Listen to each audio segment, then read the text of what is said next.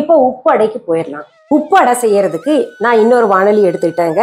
அடுப்பு பற்ற வச்சு நம்ம அடுப்பு சூடானதுமே அதுல நெய் அல்லது எண்ணெய் விட்டுக்கலாம்.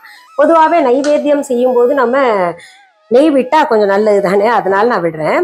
இப்போ அந்த நெய் உருகுனதுமே மீதம் இருக்கு இந்த பச்சரிசி மாவு இல்லையா, அதையும் நல்லா வறுத்து எடுத்துக்கணும். இது ஒன்னாவே நான் வறுத்து எடுத்துருந்துருக்கணும். அது உங்களுக்கு தனித்தனியா இப்ப சொல்லிக்கிட்டு இருக்கேன்.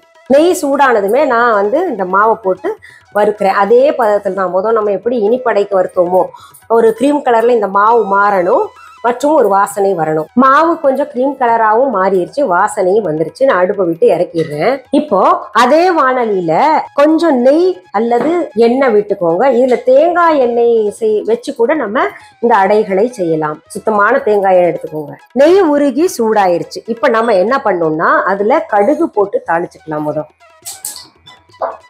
நம்ம கடுகு, பெருங்காயம் மற்றும் பச்சை மிளகாய், சிகப்பு மிளகாய், கறிவேப்பிலை எல்லாம் போட்டு தாளிச்சுக்கணும். அதுக்கு பின்னாடி தேவையான அளவு நம்ம தண்ணி ஊற்றிக்கணும். அடுத்தது தேவையான அளவு உப்பு சேர்த்துக்கணும். என்ன பிங்கா இருக்கே அப்படின்னு பார்க்காதீங்க, இது Himalayan rock salt, pink rock salt. இப்போ தண்ணி லேசா கொதி வரட்டும். இப்போ நம்ம வறுத்து வச்ச அரிசி மாவையும் இதில் கொட்டிட்டு கிளறலாம்.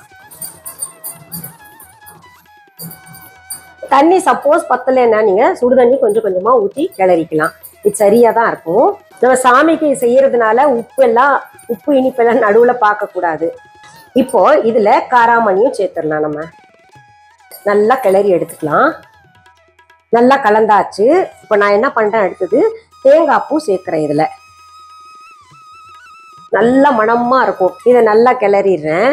இப்போ இதையும் இட்லி தட்டுல நம்ம எண்ணெய் தடவி உருண்டைகளாக்கி அடை தட்டி வைக்கணும். வச்சு நான் காமிக்கிறேன். இப்படி அடை போல தட்டி நடுவில் குழியாக்கி வச்சுக்கோங்க.